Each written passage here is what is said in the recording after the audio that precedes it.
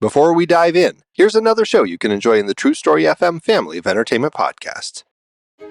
Ever wondered what happens when a Zoomer who grew up on the Clone Wars, a millennial Anakin defender, and a grumpy old Gen Xer walk into a cantina to talk Star Wars? Then we've got the podcast for you. Star Wars Generations is a place for fans of all backgrounds to come together, talk about why we love the franchise, and what we can learn from each other. With so much new Star Wars content coming out, we take a deep dive into all of it. We talk stories and characters, what we learn about the Force and the Empire, Republics old and new, and how each story adds to the larger picture. Besides episode-by-episode coverage of the new shows, we've been going back to watch the movies in release order. We talk about Star Wars novels and video games, along with fan content and cosplay. And with each episode, we're just starting the conversation, and we hope you jump in. We'll read your feedback, answer your questions. We've even had full episodes dedicated to questions raised by listeners like you. You can find us under Star Wars Generations on your favorite podcast app, or by going to theethicalpanda.com. May the Force be with you. Now this is podcasting. Hey there, true believers. Andy Nelson here from the Marvel Movie Minute podcast with the rest of the team. Pete Wright, Kyle Olson, Rob Cabasco, And Matthew Fox. This is the podcast where we dissect the Marvel Cinematic Universe 1 minute at a time, exploring every detail of this epic superhero franchise. In our season looking at Iron Man 3, we're going to mix things up a bit. That's right, Rob and I are your guides, but instead of our usual minute-by-minute format, we dive into 5 minutes of the film in each weekly episode. It's a totally new approach, but one that still allows us to explore all the depth and detail that makes these movies so special, even if Iron Man 3 isn't all that special. Hold on, that's where you're wrong. Extremist, Shane Black. Yeah, would you like to look at the Mandarin and Maya Hansen? Mm-hmm. So whether you're a die-hard Marvel fan or just love deep dives into movies, there's something for everyone on Marvel Movie Minute. Suit up and join us on this epic audio adventure. You can find us at truestory.fm or by searching Marvel Movie Minute on your favorite podcatcher. Because in the Marvel Cinematic Universe, every minute is packed with excitement. Enough said.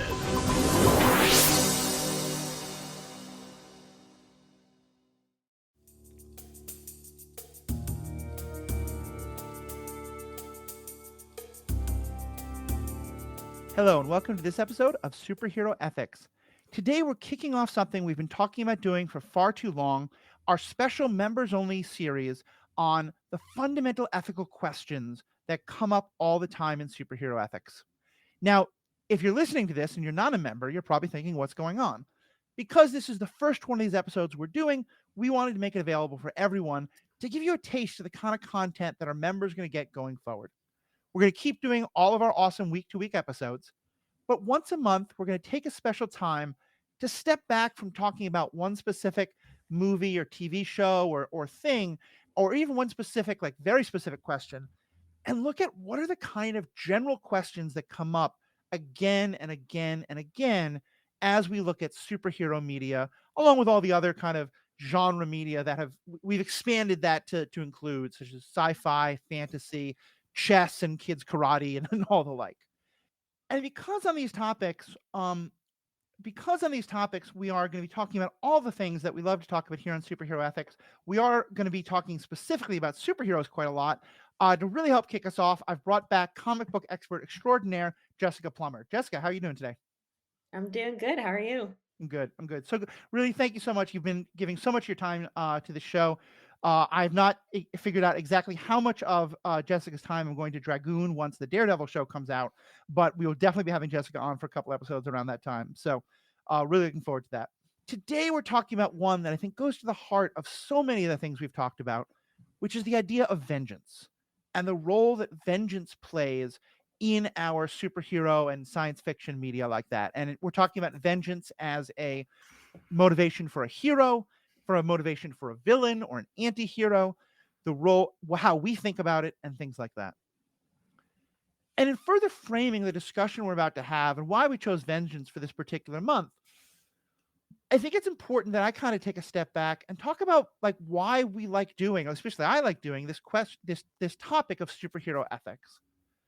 And part of it's because for me, like these are kind of fun trolley problems, talking about, what do you do with a superpowered person and the jail system? Or, Can a person with telepathy play poker? Like, I mean, these are fun intellectual exercises. But as I've said many times, what I love most about superheroes, about science fiction, about any of this kind of media is when it holds up a mirror to our own world. When it takes an issue from our own world and says, okay, well, let's use the context of superheroes or something like that and change things, but still, give people a chance to think about something in a new way. For example, the way, the X-Men comics have at times been a metaphor for racism or a metaphor for LGBT issues or things like that, depending on the different times it was used. So before we start talking about vengeance specifically, just kind of this general idea of this fundamental questions. What are other kind of questions that are of interest to you all, or that you see coming up again and again in the media we talk about? This is sort of related to today's topic, but one thing that I think about a lot is um, who, I was going to say who gives superheroes permission to do what they do. Mhm. That might not be the best way of framing it, but like what authority do they have? And Yeah. is it okay that they're taking that authority on themselves? I think Civil War is a huge example Right. of how that gets really messy. But like there are plenty of stories where characters are going into countries that they are not citizens of and involving themselves in the politics and governance of those countries. Like, do they have a right to do that? Or do they have an obligation to do that if there are human rights violations at play? Like, Right. these are big questions, and there's a lot that we can talk about there. For sure. For sure. Yeah, I mean, when we're talking about these things, there's a question of law, like whose laws. And even if we're just talking about human law, there are different countries. There are international organizations that are kind of conglomerates, like the United Nations, that decree things to be against the law. And Mhm. yet, some people defy that, or some countries maybe are so powerful that no one can enforce the laws as they are written. Right. And I think a similar thing comes up in, especially in superhero media, because these beings are often so powerful that the humans are powerless against them. And it's like, well, you're doing stuff that is against the law, but we can't actually stop you. So Right. I think it brings up a question of, does the law matter? Like, power makes right Right. is a thing that comes up a lot in these situations.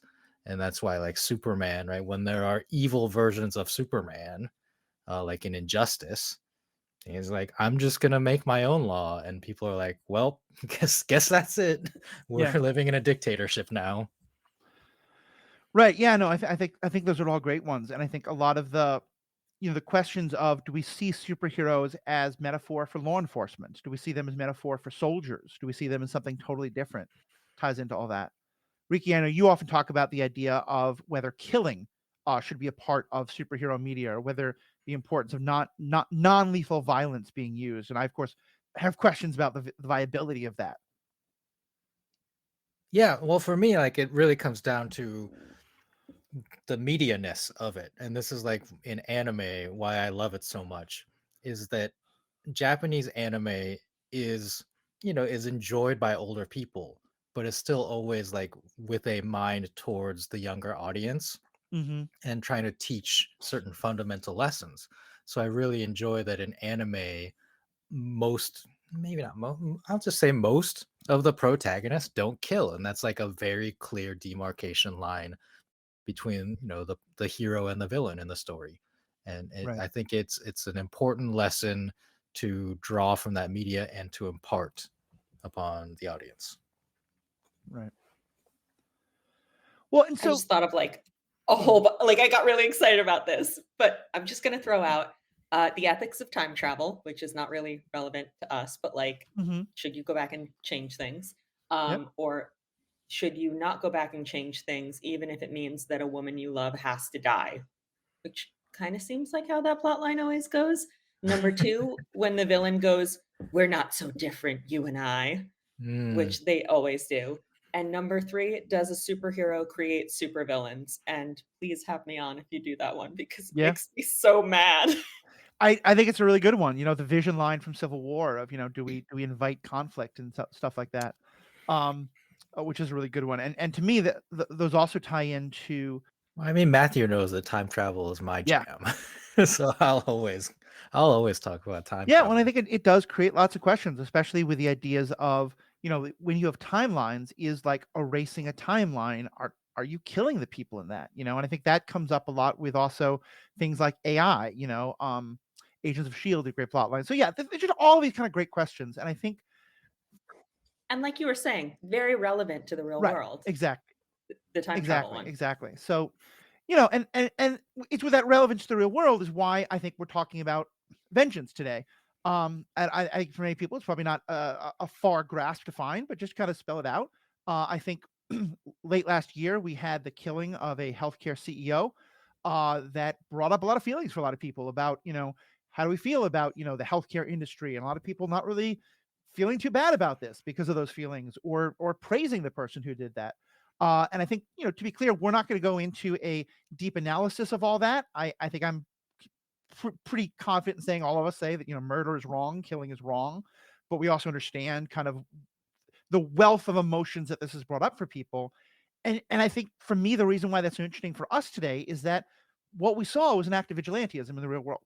We saw an act of a Punisher type, of a person who has said, for whatever reasons, like, this is someone I decided was bad, and I'm going to act on that. Kind of, Jessica, to what you were saying, like one person creating their own authority. And to me, my goal today isn't for us to decide the ethics of that. It's that I want us to discuss how those ethical questions play out in the media we discuss, because I think that helps shape how we think about these things, and how because for me, at least, I've always been kind of fascinated that there's a lot of revenge fantasy, vengeance fantasy type things that I can find really enjoyable, even though sometimes I'd become horrified of it happening in our own world. And so there's so much there to play in. And there's kind of three fundamental questions I wanted us to get into today. I'm just going to spell them out and we'll go through them one by one. And the first being, like, how is vengeance a motivator for some of the characters we love? Why do we enjoy vengeance stories, if we do? Which I don't want to speak for all of us. I will admit that I do at times, and sometimes I'm troubled by that. Sometimes I'm not. And then lastly, like, what are the differences between what we can enjoy on screen and what we're okay with in real life, and how do those things blend into each other? So let me first just kind of start by, let's kind of just throw some things out. What are examples you see in, we can focus mostly on superhero comic book media specifically, where vengeance is an important part of the story for a hero, a villain, an anti-hero, anyone like that. And I'll throw out the Punisher. To me, the Punisher is a great example of, there's often this kind of veneer of, I'm doing this to make the world a better place, I'm doing this to prevent these people from harming others, but also, like, Frank Castle, had his family killed, and he was betrayed, and he wants vengeance. What are other kind of examples you guys see a lot, or you think are interesting? Well, you and I just did Full Metal Alchemist / Brotherhood, and the character of Scar, Yes.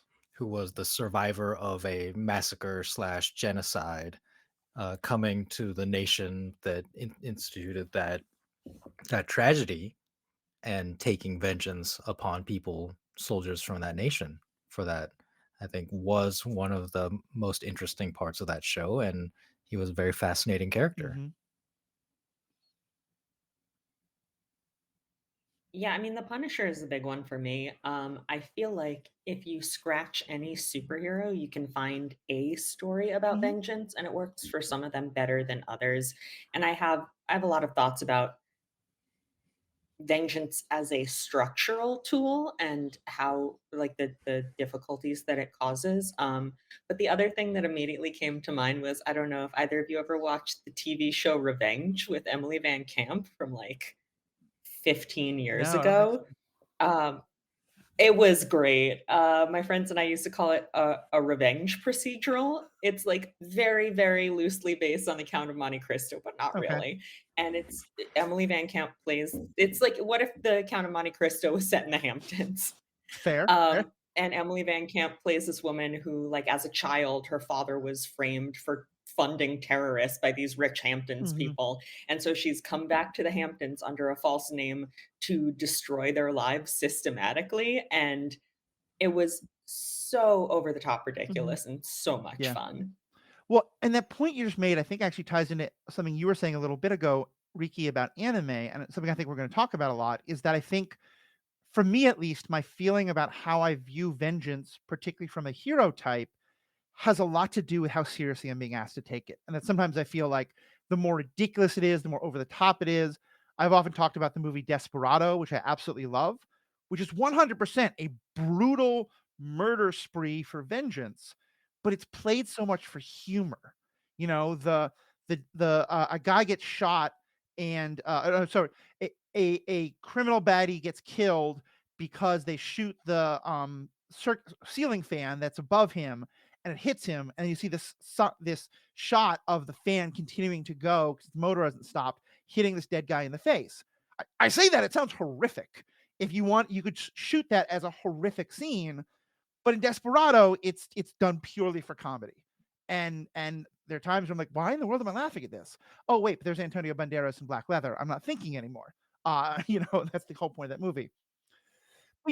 I mean, Kill Bill, it's not a comedy, but it also steers very hard into being as over the top as Right. possible, so you stop taking the violence seriously. I think those are all great examples. I think one other one that I see a lot particularly in Batman, but I think I've also seen this with Arrow a bunch and others, is when you have a character who is a vigilante, their claim is that they're doing for justice. It does seem like a lot of times the writers will introduce another character who is more on the vengeance side as kind of a foil to our hero. And Batman Mask of the Phantasm is one of my favorite examples of this. But I think you also see it in Birds of Prey, with the Huntress character kind of shifting from a vengeance and then having her kind of redemption as she moves more into a justice mindset. Talk about that in terms of how you guys feel about those kind of examples of where vengeance is used as our hero could fall into that, so we're going to show them an example of someone who does that to keep them away from it. Well, this kind of encapsulates what I've been thinking about on this topic, which is the question of when does vengeance end? Because you all mentioned the Punisher. I believe his family was killed by some crime boss. And so, like in the Punisher movie, we see him go after the crime boss, gain vengeance by killing him and his minions, and then the movie ends. Right. But like for comic books, the story keeps going. He keeps doing stuff, no longer against the people who personally harmed him and his family. So is his vengeance over? And what is he doing after that, right? Like that's kind of my question about vengeance and justice.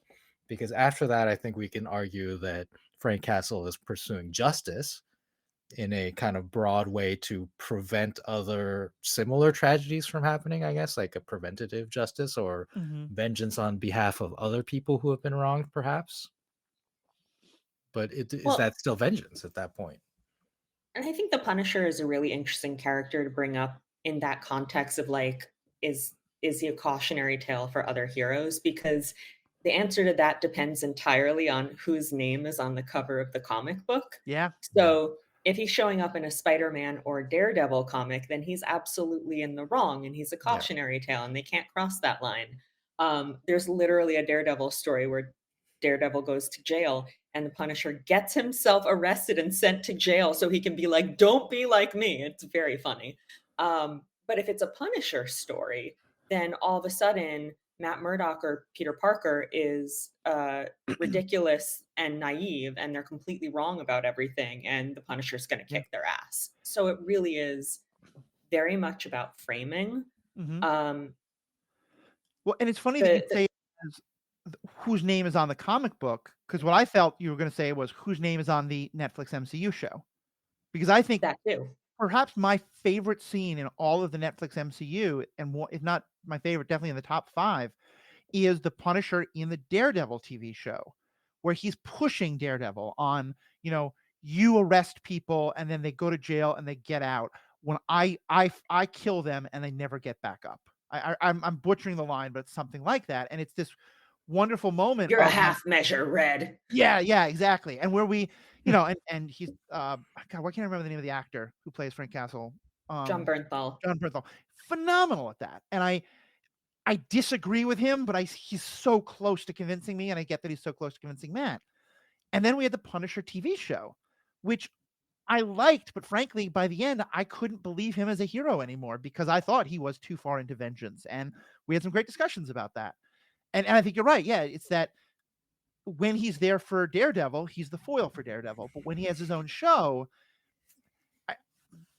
and this is kind of a related question I wanted to talk about, which is like, is vengeance something that should be for heroes, for anti-heroes, for villains, or all three? Because for me, at least with a Punisher, it works for him as an anti-hero or as a foil.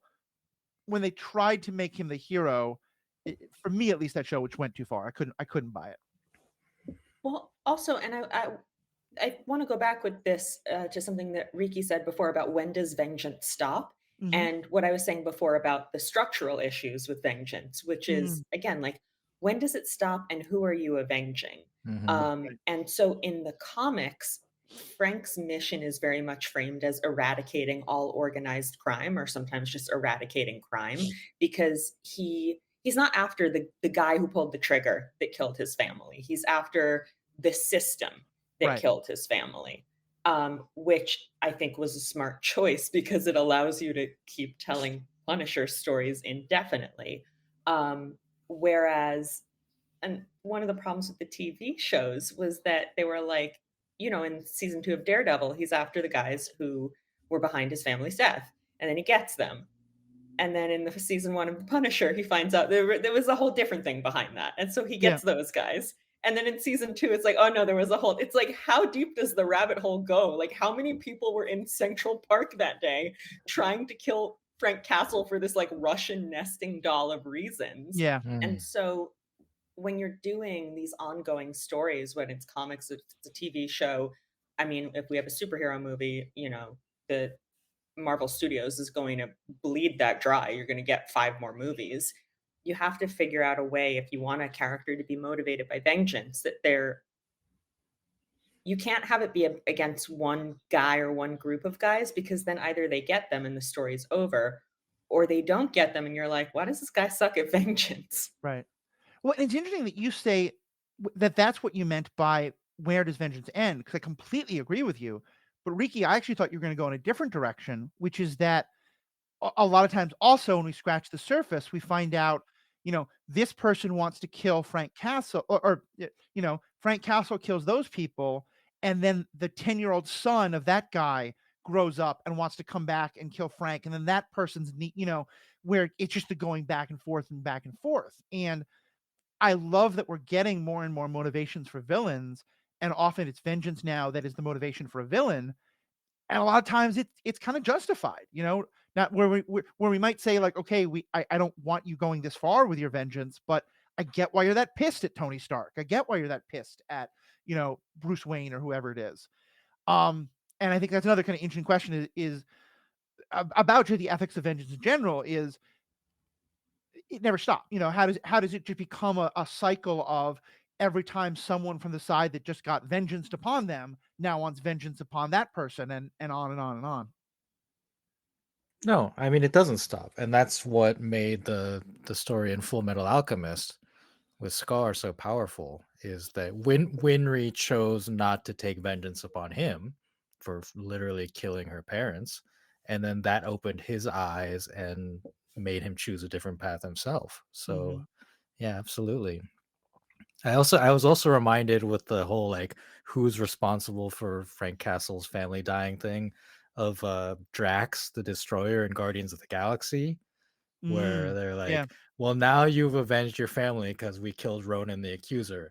He's like, well, but Ronan was working for Thanos, so we still got to go after Thanos. Right. Yeah. Well, and the flip side of that, and this is actually the only one I can think of the character got vengeance. Now what do they do? Moving outside of the realm, although I think it's fairly comic booky, Inigo Montoya. Inigo I was thinking Montoya the same thing. wants vengeance on the Six-Fingered Man because he killed his father. Very clear vengeance story.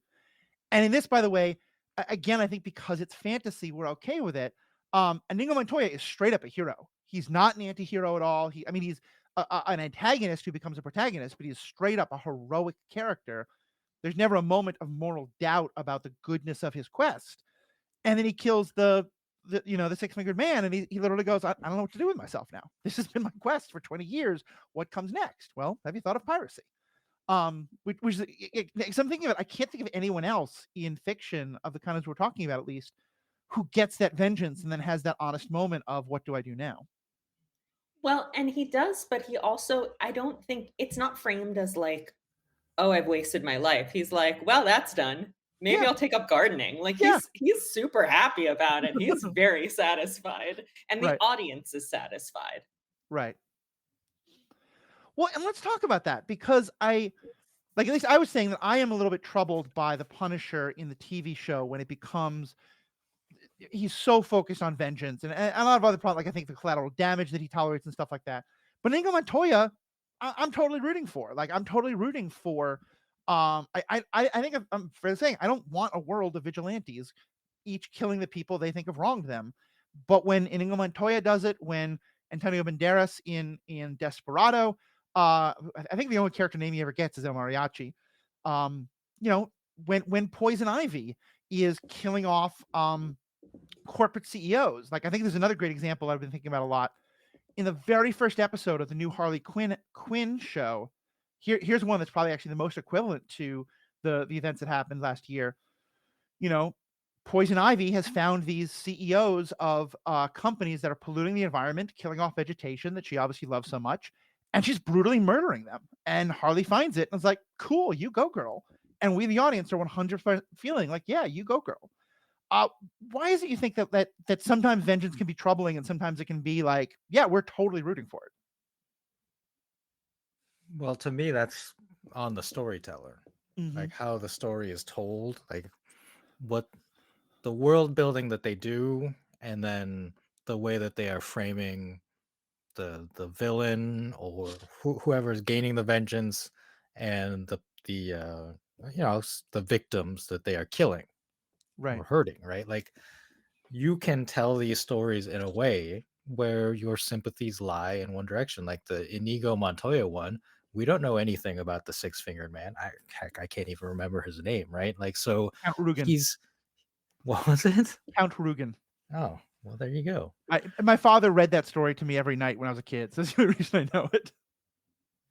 But at least in the movie, he's not really a character, right? Oh, Like, he is the subject of Inigo Montoya's vengeance. And Well, that's we really the do only know- context we see him in. We do know one other thing about him, which is that he likes to torture people. Like, he tortures Yeah, Wesley, and there that's you the go. only other piece of information which Right. continues to make us feel a certain way about him. Yeah. And in this story, like, he is very much framed as a bad guy. Mm-hmm. And I'm not saying that there are good aspects to him. We don't know anything. We don't know anything. We're not told anything about him. So I think it's very easy to be like, yeah, that guy should die. Especially when Inigo has been repeating the line over and over. And we get behind that. We're like, yeah, okay, like, I think the repetition of that line is in fact meant to get you into that mindset of like, if it were me, yeah, I wouldn't want to kill the guy who killed my father, right? Like, that's the whole point of all that. Right. Because right, it's very dehumanizing. And I think that's why part of what I love so much about the Netflix MCU and other kind of media like that is really trying to be so realistic is that there's nobody who's a cardboard cutout. Every character we find, for the most part, they at least try, has their own motivation. You see why they're the hero of their own story.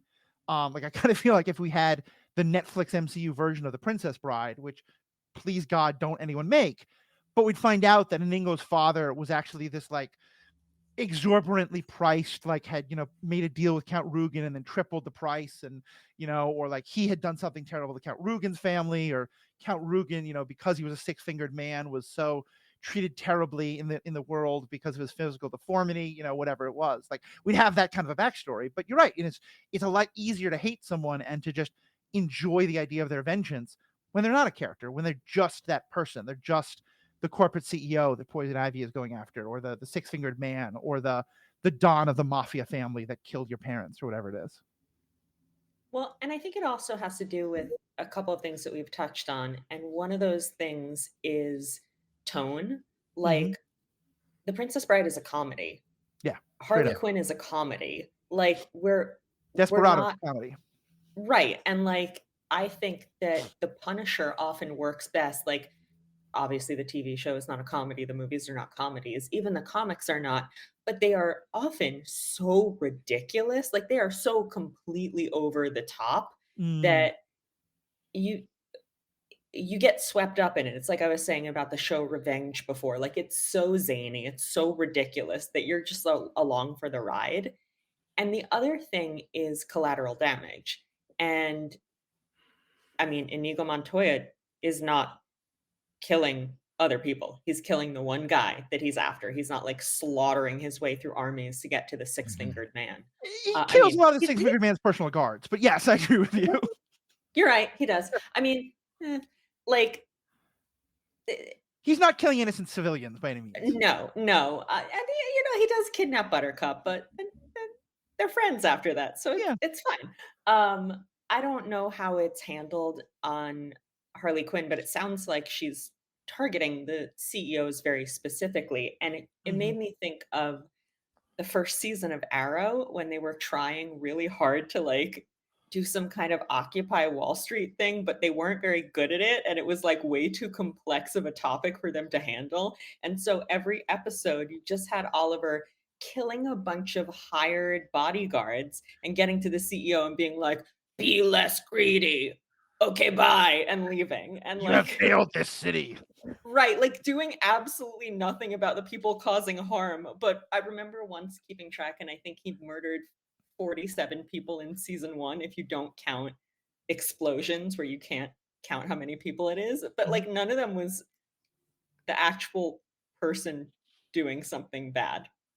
Yeah. Well, Yeah, it's because Oliver Queen himself is rich, so like those are his Right. buddies. right. Yeah. Well, and I think doesn't the Huntress, that actual character, show up in like season 2 or season 3 of Oh, Arrow? everyone She shows up. does. Well, right. And they use it that way to have to have her as a character where it's like, don't cross the line, Oliver. And it's like, what line? He can't even see the line anymore. Well, and I think that's sometimes the point, is that you'll sometimes have like someone is not, our character is bad, but this person is clearly worse. And so that like it kind of makes our person better by association. And Yeah. I'll say it's one thing that I really liked about as a contrast to that, Black Panther, because in that I think there is a good deal of vengeance behind the feeling of Killmonger, but also there's clearly an idea of his base critique that Black Panther is wrong, that Wakanda needs to be more involved in the world, is correct, and by the end of the movie, you know, T'Challa is doing exactly that.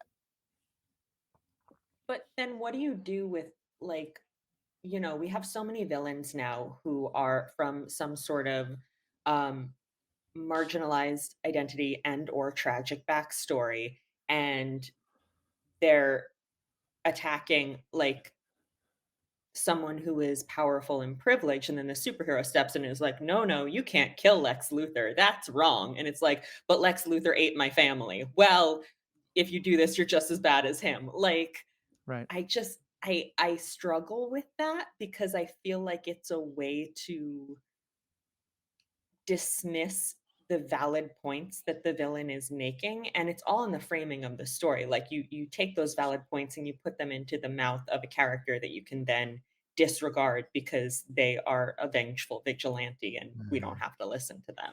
Right. Yeah. I Go ahead. I actually think there's a really pertinent example at the end of Falcon and the Winter Soldier, or Captain America and the Winter Soldier, right, where the Flag Smashers are seeking vengeance against the rich people and the politicians for the things that are wrong in the world. And Captain America Sam stops them, but then he makes that speech and he turns to, I believe, a senator, and he says, Senator, you need to do better for these people. I think that, to me, like in this discussion, is the follow-up, is like, yes, I 100% believe that murder is wrong, like even in the pursuit of vengeance against someone who has wronged you or a lot of people. But those with power have to do better to stop the bad things from happening in the first place or in the future.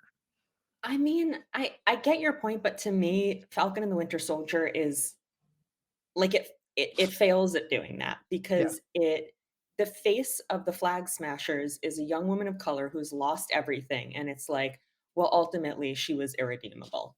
And the other antagonist is a white guy who just like gets too full of himself and then causes a lot of problems, and they're like, well, he can be redeemed. He can become better, which like really did not sit well with me. And then to turn around and like give that lip service to the person in power and be like, but you know, they had a point.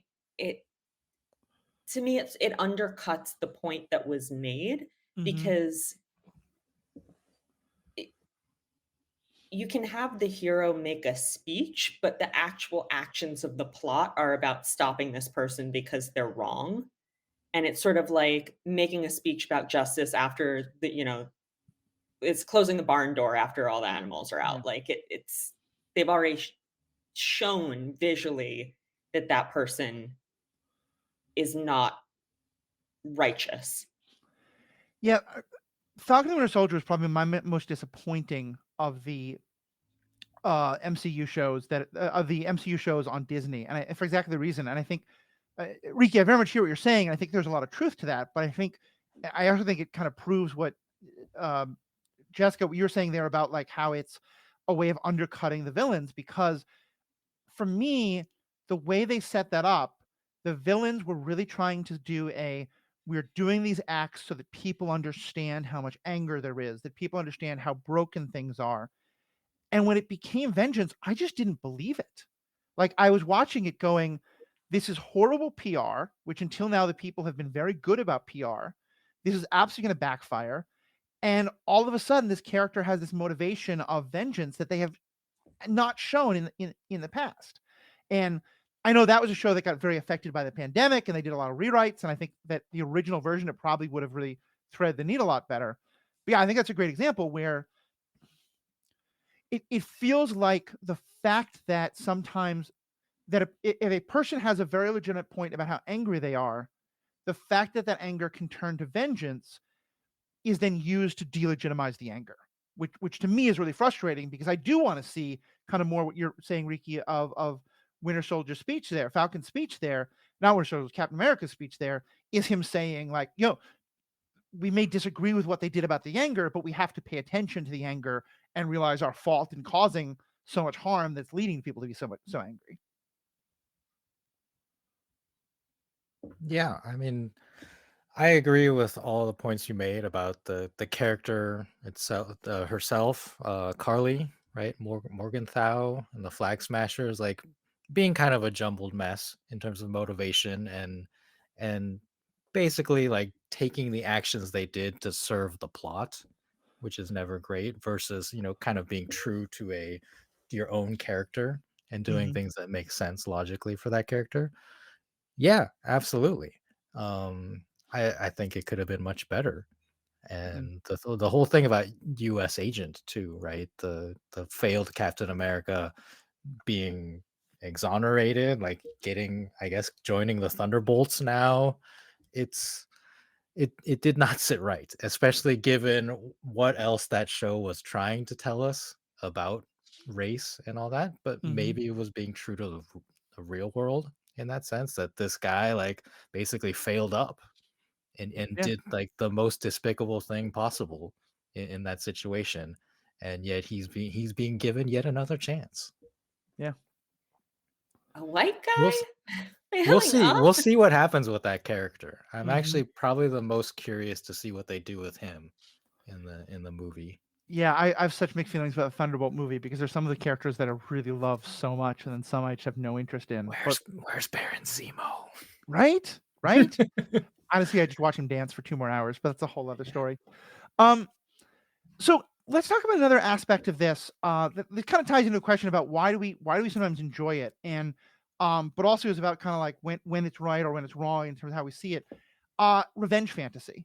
And Jessica, I wonder if you would talk a bit about, like, we have a lot more attention being paid recently to movies that are often being referred to as like the coming of rage story, that we're seeing a lot more like women's vengeance, women's violence being portrayed as like a, you know, a heroic in I think really important ways. I'm curious about your thoughts on that trend and how that kind of plays into all this. Yeah, I mean, women are angry. Like, not to speak for all women, but I think I speak for all women when I say women are angry. Um, and uh, it is not always easy to get those stories through, Mhm. um, given especially like film and television, given how many um, layers there are to get through and gatekeepers. But it is a narrative that we see audiences responding to, Mhm. um, especially female audiences. And I think, the last time I was on here, we were talking about Superman, and Superman is a power fantasy, but specifically the fantasy of like, what if you could protect people? What if you could keep people safe? What if you could make the world better? Not a fantasy of like violence or harming others. Right. And this is the flip side of that. That like there's also an equally valid power fantasy of like, what if I could go after everyone that hurt me and go after everyone who hurt people like me and kick their ass. Like Yeah. we've talked about Kill Bill, we've talked about the Birds of Prey movie, also Harley Quinn's plotline in the second Suicide Squad movie. These are really satisfying things to watch. They're cathartic in a lot of Mhm. ways.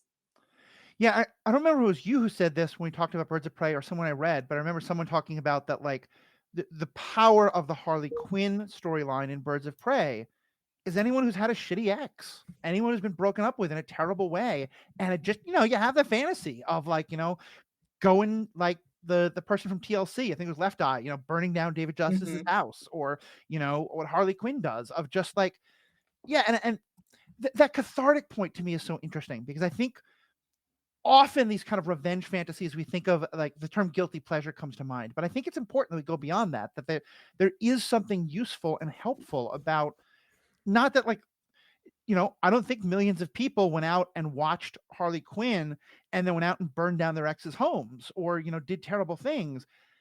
But the chance to imagine that, to imagine, oh, wouldn't it be satisfactory to see that horrible thing happen or to me to do the horrible thing to this person who, in my mind, has wronged me with a capital W? That can tick a box in a way that people can be psychologically healthy for people. Can be. Well, I also think it's important, like talking specifically about like women's revenge Hmm. movies. Like there's a French movie that's literally called Revenge, about a woman who goes after men who have sexually assaulted her. It's a very heavy movie, but it's the violence in it like serves this purpose of reflecting back the violence that was done to her, right? Like, Hmm.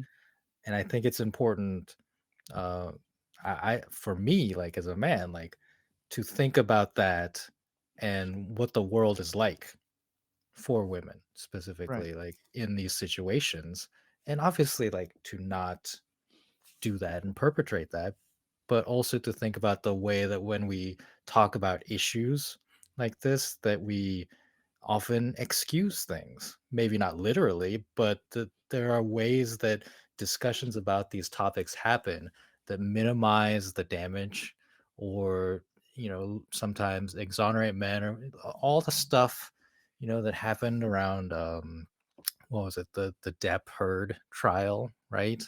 And the discussions on that. Hmm. It was men excusing other men's actions, whether it was literally saying like, well, he didn't do it, or just like, oh, that's just, we've heard terms like locker room talk. Like all of that kind of stuff is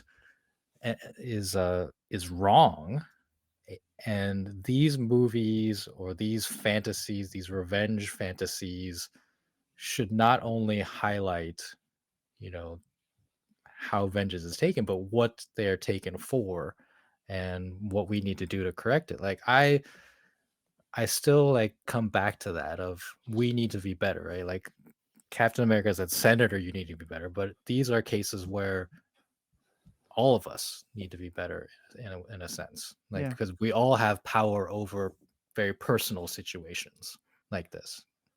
Well, there's two things that come to mind here, and I'll say the first, and then get into the second. Let you guys talk about it, and then get in the second. But the first one being, I feel like a lot of times, vengeance movies really hit us and fulfill that revenge fantasy when we see people getting away with doing bad things, and that the system that we would want that would have a fairly reasonable consequence isn't happening.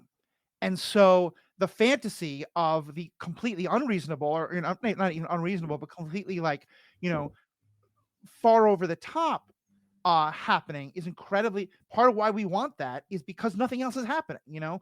We want someone to shoot the bad guy because the justice system has failed and they've gone free. We want someone to, finally figure out that the white guy is not actually being very successful and do something about that because they do keep failing upward. How much do you think that is part of the revenge fantasy as well? Is that it's someone has to do something because the normal systems aren't working. Yeah, definitely. Oh, go ahead.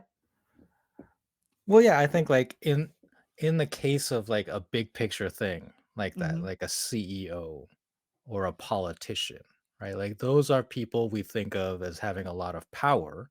And when there's a revenge story against them, it's because like we are so powerless in our regular lives to really do anything against them. So it's like, oh, well, like someone actually did something and that can resonate due to our powerlessness.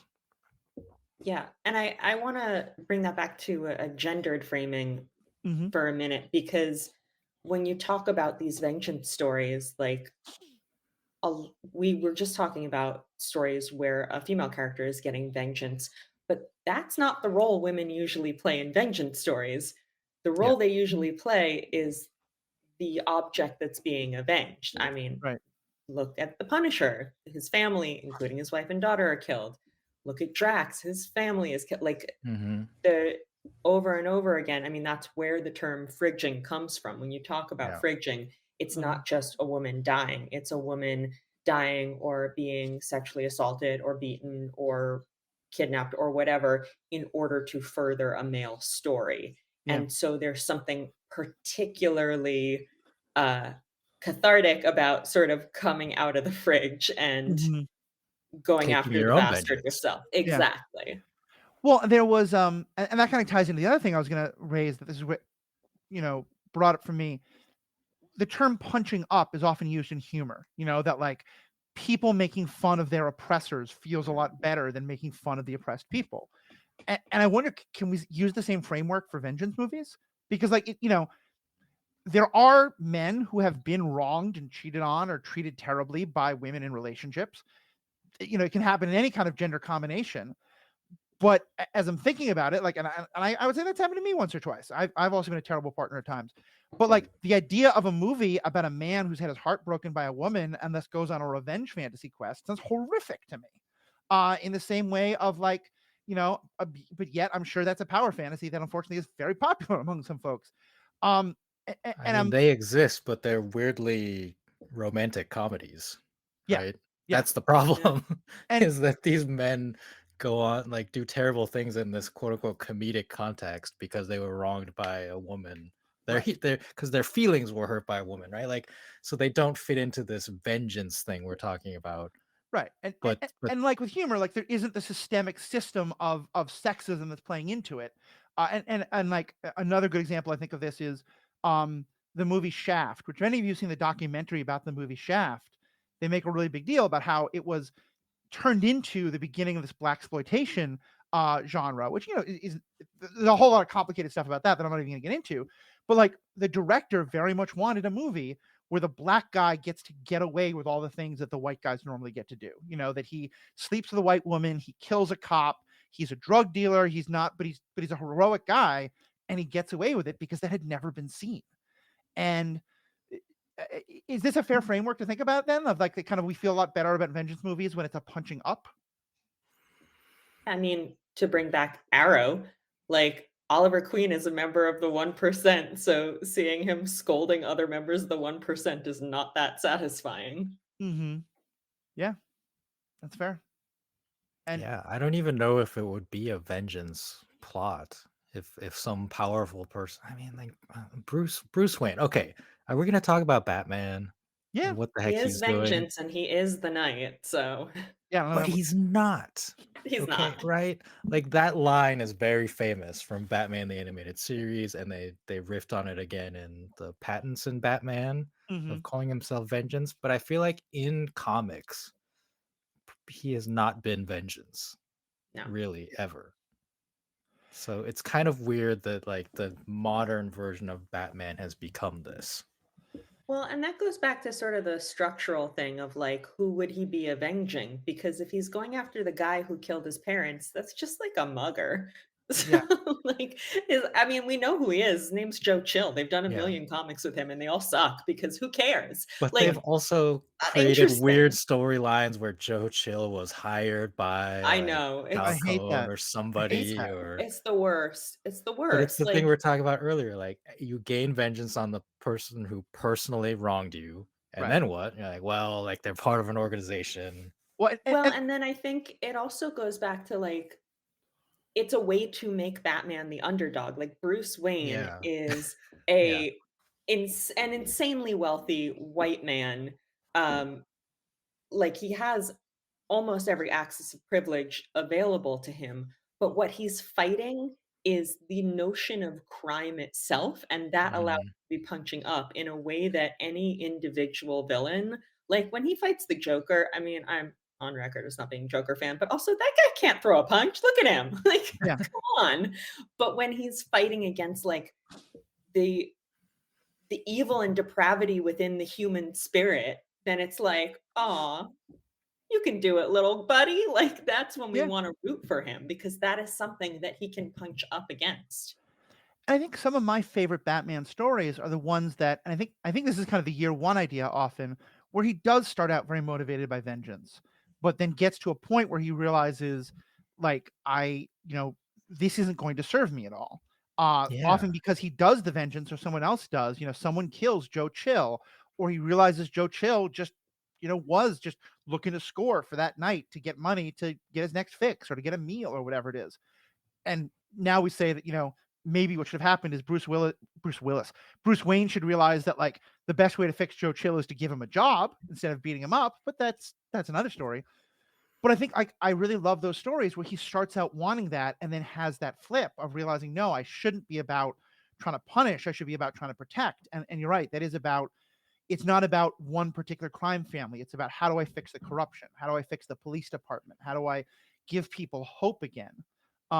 Which is what I think is so revolutionary about the end of Yes. the Robert I was Pattinson movie. And also, I love the Penguin TV show. I want to talk about it, but it kind of ignores the most important parts of the Batman movie in ways that make me frustrated. But it's a whole other story.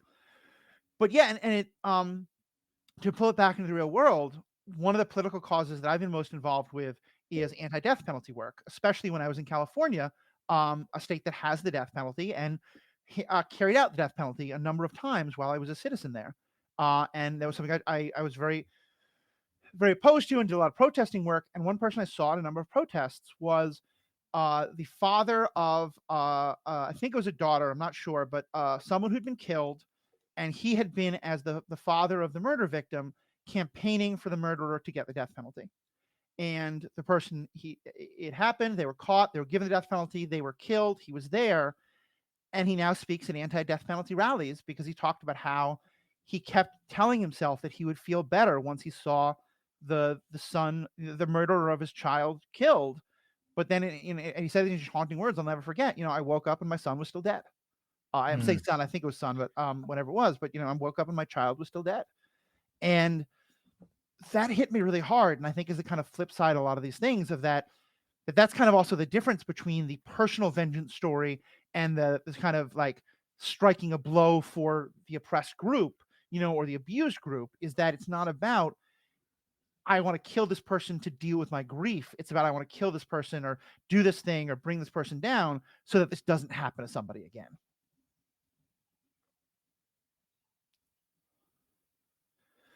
But then I think that that's no longer vengeance. Mm-hmm. If you're Right. doing it to make a better world, that's justice. Right. yeah. Right. Well, and I think that's where one of the things that I think is most interesting when these stories explore it, because I think it happens all the time, is self-deception. And I think that in the same way everyone thinks that they're the hero, I do think almost everyone who's out for vengeance can convince themselves that they're doing it for justice.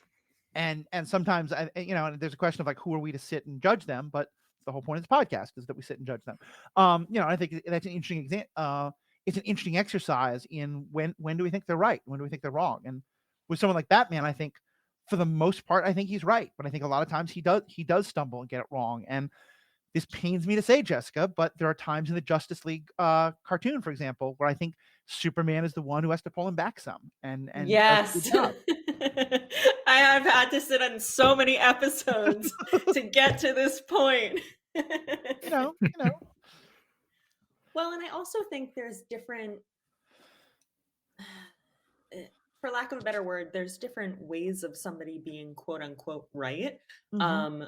There's like what we would want to happen in reality, and there's what we would want to happen in an abstract like moral exercise, and there's what is satisfying emotionally, and those are not always the same thing. And it's like, I mean, you started this episode saying that none of us are here going, woohoo, murder is the solution to everything. Yeah. But certainly in fiction, there are times that you're not even going, well, of course I would disapprove of this in real life. You're like, yeah, get him, Frank. Like it's fun and it's satisfying.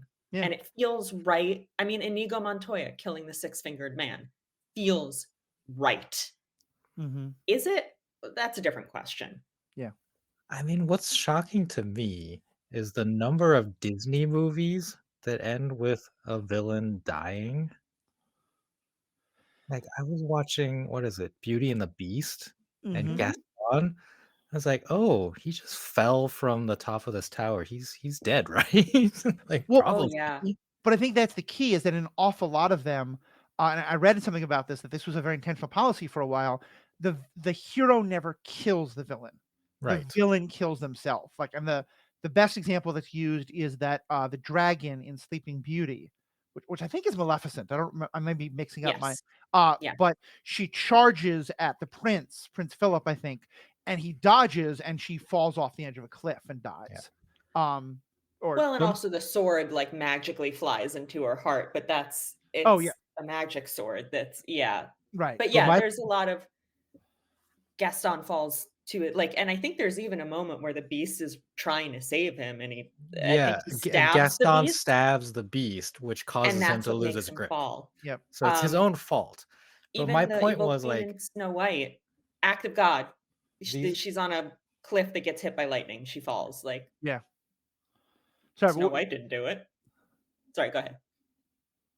Well, my point was that the death of a villain is so satisfying to audiences that it happens even in Disney movies that we think of as like these clean, happy things. It's like, oh, like, yeah, like this is just part of our cultural thing, is that that guy's so bad we want him to die. And I mean, in The Little Mermaid, Ursula gets skewered with a boat. I couldn't watch that scene until I was like 12. It messed me up so bad. It's a lot. It's a lot. Yeah. Well, and it's funny because I've come to realize that I no longer find those satisfying, but it's not for some like morality reason. It's that what I want the villain to realize they were wrong. That the person they thought would never come back to get them has come back to get them, or that the police would never actually rise against them, or whatever it is. Whatever the people they think they've bought don't stay bought. And so I'm always frustrated when they just die instead of having that moment of realization of like, oh no, I was wrong. But yeah, it's the same kind of thing. Well, we've been talking for a while here, and I want to kind of just I think we've already been kind of touching on this a lot, but maybe kind of get into the this is our wrap-up question. So how do you see, like, where are the difference, what are the things that create differences between like what we might say, like, yeah, I'm actually like in a real world, I totally want this to happen, versus what we enjoy on screen? I mean, there's I, a lot of things that I enjoy in media that I don't want. Like, I also don't want kid sidekicks to exist in reality. Like, go to school. This is Yeah. too dangerous. Yeah, but watching it when you're 12, watching you, Riki, you and I have talked about this, that when you're 12, like watching a 12-year-old step into a mecha is awesome. Later, you're like, no, kids shouldn't be piloting death robots. That's a bad idea. no, it is awesome. It's what I've always wanted to do. Yeah. But at least when we're talking about Gundam, like it shows you why we shouldn't do that. Right. Because every one of those kids, at least like in the first half of Gundam's history, like they end up severely traumatized by war. Mm-hmm. And I don't know, like I prefer my vengeance. I prefer when they are either a villain or, as we said, an anti-hero, a foil, like Mm-hmm. not the primary protagonist. And then I think I prefer vengeance to be less bloody, I guess. Mm-hmm. The I don't know how to put this, but scenes where someone just like beats the person of their ire to a bloody pulp like make me deeply uncomfortable in a Mm-hmm. way, and I would prefer just like a laser blast or just an explosion to take them out.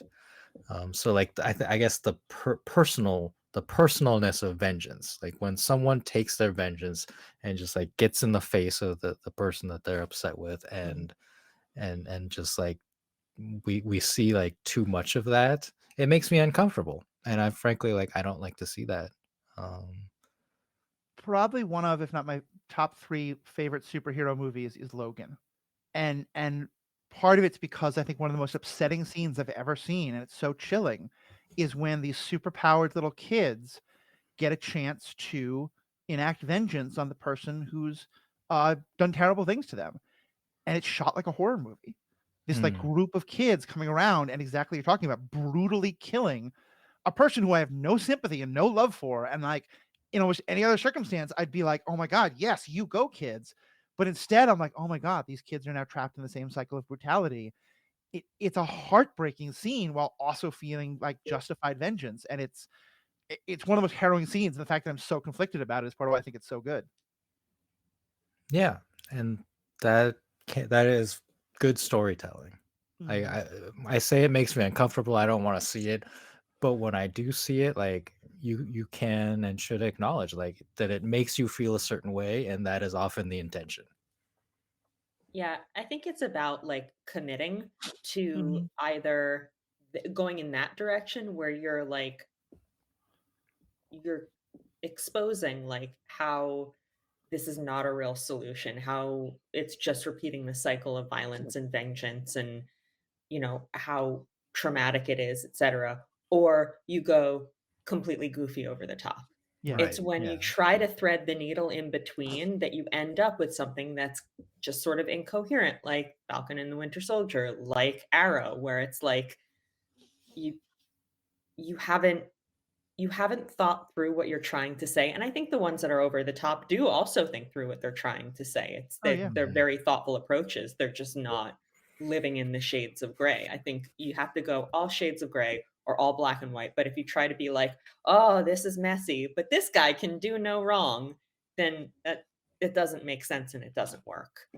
There's a scene in the movie Desperado where after brutally killing all these people in hilariously awful, wonderful ways, someone comes up to him and is like, "That's awesome that you did this." And our hero says, "Yes, but everyone I killed was someone's husband, someone's father, someone's son." And you're just like, okay, you filmmakers, you're trying to have it both ways. You know, you're trying to like put this in here, and it's either like incredibly brilliant or incredibly cynical filmmaking. I'm not quite sure which, but because it does expose that, you know, that like, yes, it's true. And I think maybe that's kind of where my final comment on all this is, and I want to hear you from you all as well. It, it feels like one of the essential parts of vengeance is that we're able to see the person we're getting vengeance on not as a real person, but as a 2D cutout of just the evil ex-boyfriend, the evil CEO, the evil whatever it is. Like you said about Kat Rugen, we don't know anything else about him. And I think kind of when I like, for me, I've always said that's kind of like the thing I find most troubling, and that I think I love so much about the whole idea of the dark side in Star Wars is, for me, the essence of the dark side is when your anger at someone allows you to not see any other part of them, to just see them as that 2D cutout. And kind of, I guess that's part of where I see it all in real life, is that I feel like we're in a world more and more where it's easier to see people as 2D cutouts, in part because sometimes like and I'm not gonna get into that, it's gonna be too complex. But yeah, so just that to me, that's one of the essentials of all of this is like, it can be helpful to have a person that is a stand-in of that stereotype that it's cathartic to fight against, or to have it be so ridiculously over the top that it's fun to fight against. But it's that dehumanization that has to go into vengeance that when it becomes more real, becomes a lot harder to watch. Yes, I not to get too I know we don't want to get too into what happened last year. We can touch on that. But I do think um all of the people who died because their claims were denied were three-dimensional human beings too. Mhm. And that was dehumanization on a massive scale, literally with AI denying claims. And I'm not saying that what happened was the solution, but I think dehumanizing anybody in the like, it's just, I just want to note that dehumanizing anybody ever is not going to end anywhere good. I appreciate that, and that's what I was trying to say, but also having a lot of trouble putting into words, because to me, it's that there was something I read that said that the killing of the CEO can be seen more than anything as a symptom of a larger problem, and that a part of that is that, and again, this is a much more complicated issue, but the way that the lives of the powerful have become more and more and more separated from the lives of everyone else, I think adds to a lot of this. And that, yeah, I think that the cycle of dehumanization that leads to that certainly does not start with someone thinking of an evil CEO. Um, and and I think that's a very important point to keep in mind with all of this, and that I think plays into all these discussions. Yeah, I think rich people are dehumanizing us. Absolutely. Like that's a thing, that they are so out of touch with reality. Like I was talking with my wife about the how much could a banana cost? $10, Michael meme, right? From Mhm. Arrested Development. And that's the thing, like they are so out of touch with the reality of what an ordinary person deals with. The price of a banana in this memes case, but like anything, right? Like that they don't understand like Yeah. what Yeah. the average or the majority of the people in life go through. And so like they make decisions, whether it's healthcare or politics or anything, and it's like they don't touch reality at Right. all.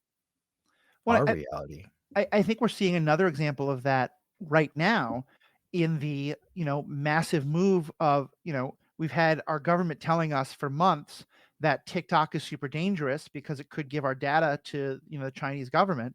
And so a lot of people, the response is, okay, cool. I'm going to find the app that directly gives the information to the Chinese government, or the meme of, I'm just going to start printing out my search history and sending it to the Chinese consulate or whatever. Um, Yeah. yeah, I think that what undergirds a lot of these things is and just to tie it even more, like some of the analysis I've read about the movie Jennifer's Body, which I think is often seen as like one of the beginnings of this modern version of the coming of age stories. Fantastic movie that got totally mismarketed and is really a great exploration of this kind of, revenge fantasy. And one thing that the reviewer said is that she thought the most important part of the reaction was men who didn't get it. like who just were like, I don't get it. Why would someone be this angry? And that's the point, is that like the movie is supposed to be about helping you see like this is how angry people are. This is how angry women are. This is how angry people are at racism, at sexism, and at what's happening in healthcare, what's happening in international policy, stuff like that. And vengeance isn't what I'm going to choose as a method, but I think for me, one of the essential questions I'm always going to ask when I see an act of vengeance is, was a person given a chance to get the message across that something was wrong in some other way before they chose vengeance? And if not, then I'm not going to condone it, but I can understand it.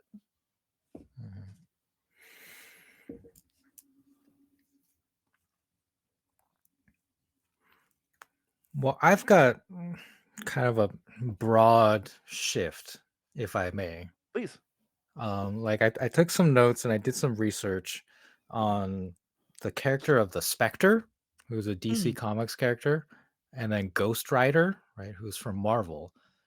And I was most interested. They're both supernatural agents of vengeance. They inhabit like human bodies or to interact with the world, but the Spectre is an agent of quote unquote God, is my understanding, and I don't know how deep that goes and like how connected it is to a specific God.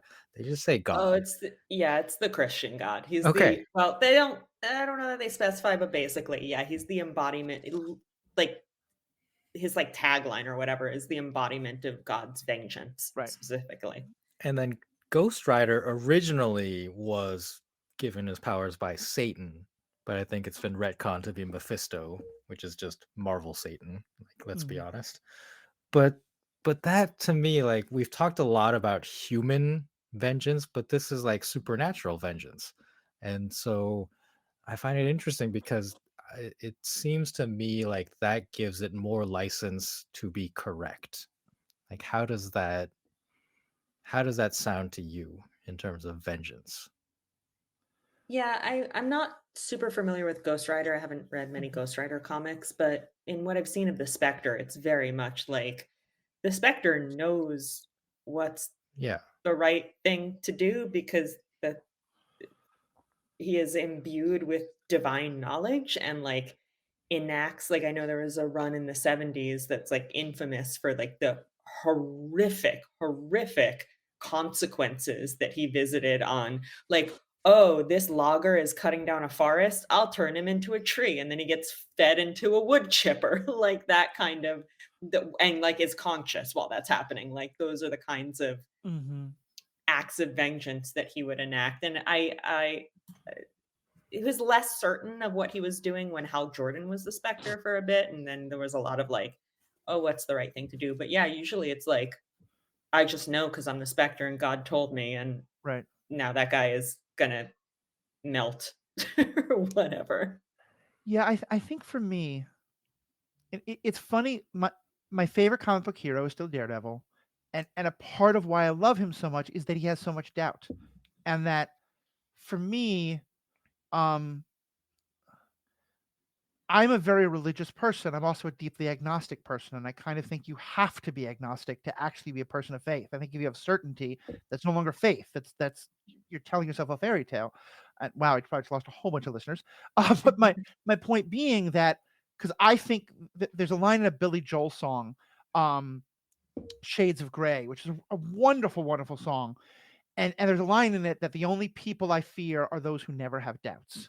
And I think that if you believe that God has put you on this earth to right wrongs, kind of going to what you were saying, Jessica, about like what's the authority that you adhere to, you are literally, you've given yourself the ultimate authority and nothing can question you.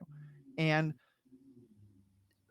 that's not always bad. I mean, John Brown freed slaves and led uprisings to murder slaveholders because he believed God told him to. And on the same token, people blow up abortion clinics and murder abortion doctors and see themselves as modern day John Browns because they think God told them to.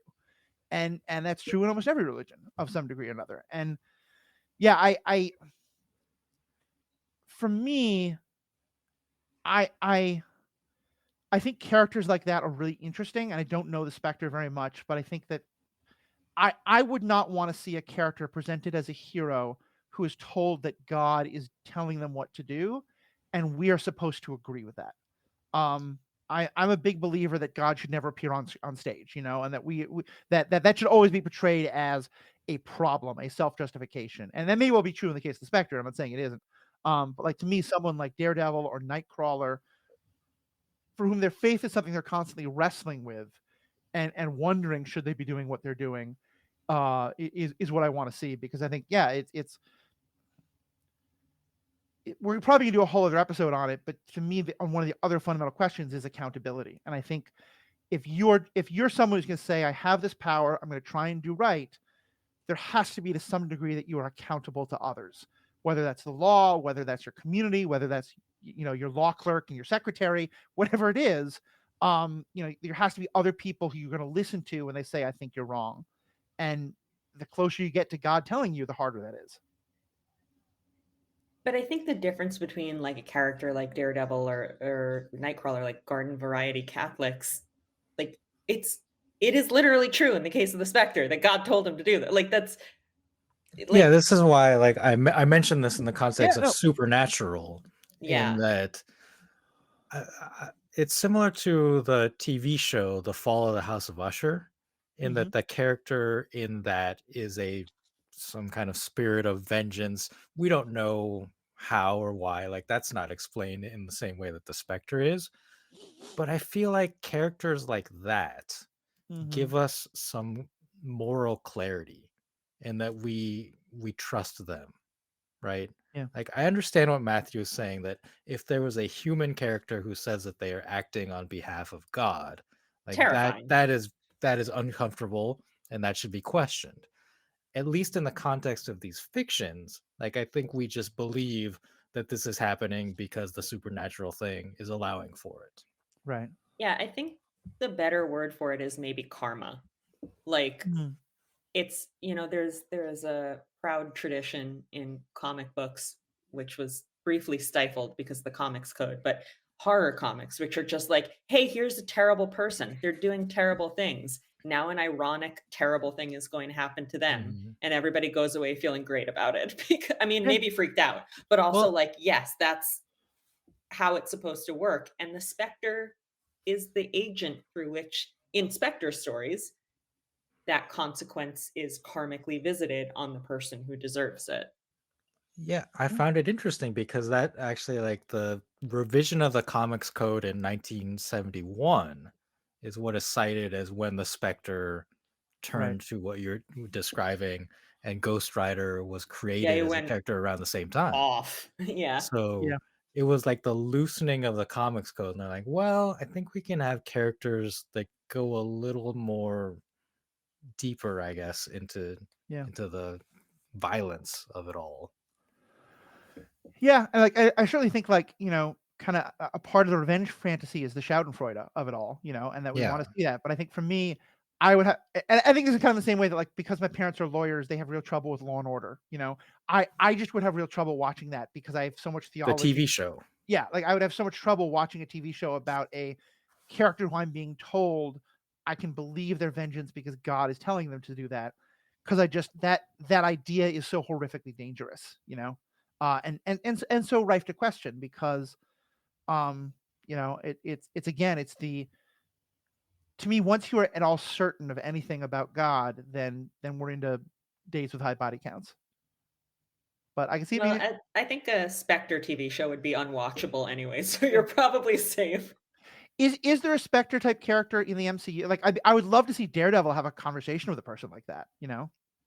Well, I think it's, I mean, not in the MCU yet, but Ghost Rider to me is the equivalent of the Spectre. And Right. it's weird because he's imbued by Mephisto, who is evil. And, in this context of the Spectre, we think of God as good. Right. But I don't know, like Ghost Rider, I guess, has more of a human element to him that makes him more unpredictable than the Spectre. Right. Yeah, I'm trying to think of like a good comparable character in the Marvel universe, and Yeah, I can't think of anybody who. I mean, there have definitely been stories where Matt meets someone.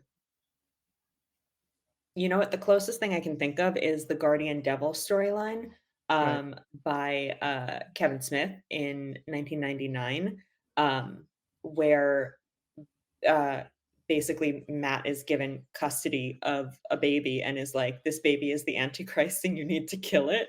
And he's Mhm. like, "Guess I better kill this baby." And everybody that acts very erratically for a long time. And long story short, it turns out that it is. Um, an elaborate hoax by Mysterio, who has been drugging the entire cast with extremely powerful, extremely specific drugs for days and days Mhm. to make Matt think that he has like been spoken to by God, but it's all a lie. And this is also the storyline where Karen Page dies. So it like things end very badly. The baby survives. Um, and I think that's an interesting like difference between the sort of very epic, not that the Marvel universe is an epic, but like the very epic and often very clear-cut good and bad world of the DC universe and like Daredevil's world, where the Yeah. closest comparison is actually just some weasel drugging everybody and lying and saying that God spoke to him. Right. Well, yeah, I mean, uh, there's a pastor who I know who's done a lot of stuff on MCU stuff and has talked about how like there's absolutely no such thing as a single like theology that understands the MCU, because it is both like there's references to the monotheistic God of Islam and Judaism and Christianity, and then also like Loki and all the Egyptian gods of Mark Spector. What was the name of it? Moon Knight. Moon Knight. You know, like all this. You know, there it. So it yeah, it gets very confusing. I But mean, the best take on it is when the Fantastic Four went to heaven and they met God and he was Jack Kirby. It was great. I can get that. Lol. I can get that. Well, I was saying if someone wanted to write a comic book about like vengeance, like the Book of Exodus is kind of a good version, you know, like the drowning of all the people in the sea. There's an awful lot of vengeance in that story, and yet also a lot of critique of it. That Listen, he said, "Let my people go." Pharaoh didn't let us go. you know, this is gonna get way esoteric here, but this is for me one of the most powerful moments of understanding, like a change in my understanding of vengeance. And I think a lot of young kids who grow up in Jewish families may go through this. There's a moment in the Seder, which is the celebration of Passover, the celebration of the Exodus story, where as you recount the 10 plagues, you're supposed to dip Mm. your finger into a glass of wine and spill out a drop onto your plate for everyone. And I thought that was badass as hell. You know, it was like, yeah, we're putting blood up because red wine looks like blood. We're putting blood on our plate to be a big, like, you know, F you Egyptians, like our God got you. And what I later came to learn, and you know, no one in my family had known this until we kind of looked more into it, because the Haggadah we'd worked with was very much not making this lesson, is that the point is to say that you're reducing the amount of wine and thus the amount of joy you have, because we have to remember that the celebration of our freedom came at the death of others, and that should reduce the amount of our celebration, which I think is a gorgeous, gorgeous lesson. And it's a Yeah. complete rejection of the idea of celebrating vengeance. And yet that's not how the ritual appears to a lot of people. And when I've talked to people about this, like that's a lot of people are like, yeah, of course I knew that. And others are like, oh no, I thought that was a big, like, you know, rah, rah God. You sent the plagues, you sent the boils. That's awesome. Yeah, no, that's my favorite part of the Seder too, and it is Mhm. for exactly that reason, because of the meaning behind it, and we cannot have a full cup when it came at the cost of other people suffering. Right. All right. Well, we've now wandered very far from the topic. So, any last thoughts from either of you on this just general topic? I think we completely wrapped up the topic of vengeance. Everything's solved. We can move on to the next thing next month. I think Well, there's we a lot think more we to have. say. Yeah. Someone's We gonna come covered a after this lot. episode, Uh-huh. and the cycle of podcast vengeance will begin. Oh my God. Oh my God. You want to talk about vengeance and being wronged? Just hang out on podcast Twitter, and you'll see all sorts of things. I'll say I'll make this the last question. For each of you, favorite and least favorite example of vengeance as a character motivator. Oh gosh. And Riki hates when I don't let him prepare for questions like this, so I apologize. I mean, It's less that I hate it, as I don't know where to start. Mm. I'll give mine. I think my least favorite is Punisher. I've talked a lot about the MCU Punisher because I feel like they really try to frame him as heroic in ways that are, I guess to me, because again, like where I have a problem with Vengeance is when it does blind you to the things that I think should be taken into account. When it's you're looking for vengeance, like the person who killed your father because they fundamentally believe that your father had done wrong and they had been lied to and manipulated, and now you want to kill that person. Like that to me is what really happened a lot in the Punisher story. My favorite is and I think because I see the words vendetta and vengeance is pretty much, a vendetta is an attempt to get vengeance, is V for Vendetta, because the biggest thing that I feel about vengeance, and here's another whole other thing that we haven't gone into, is that vengeance is about destroying, it's not about building. And the fundamental thing I think that V for Vendetta holds true is that, like, if you're acting out of vengeance against one system, if that sense of vengeance is carried into the attempt to build a new system, whether it's a new relationship, a new family, a new country, then everything is still going to be about, getting justice against the people who wronged you.